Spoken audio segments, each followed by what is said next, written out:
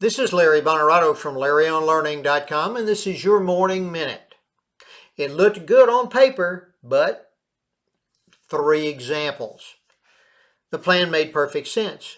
The massive fleet secretly set out to destroy their enemy's air and sea power in the Pacific. The enemy's planes and ships were all together in port and lined up on airstrips, making it easier for carrier aircraft to attack and destroy them.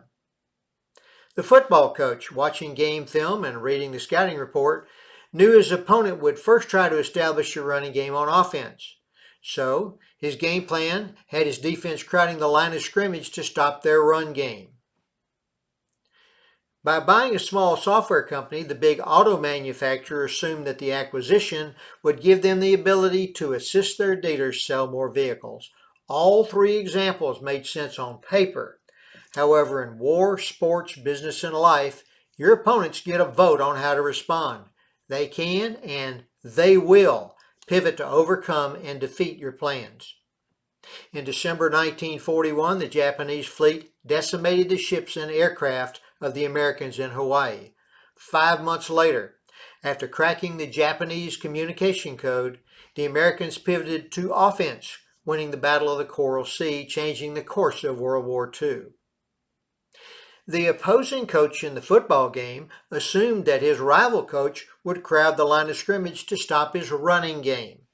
He had his team pivot, changing from a run-first offense to passing on first down.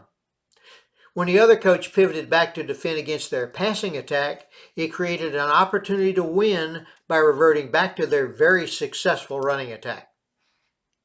And when the big auto manufacturer bought the software company, they assumed that the acquisition would increase market share.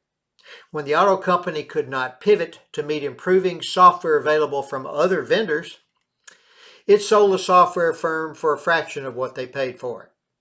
My message to you is this. First, in any competition, be alert and flexible enough to make small pivots to defeat your opponent or to take advantage of changing opportunities. 2, always assume your opponent will pivot to meet your challenge.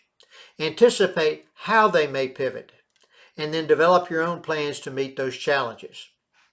3, keep your organization lean and flexible. In a fight, bigger is usually not better. And 4, remember, in any competition, your opponent always gets a vote. So I ask, it looked good on paper, but, and that's today's Morning Minute.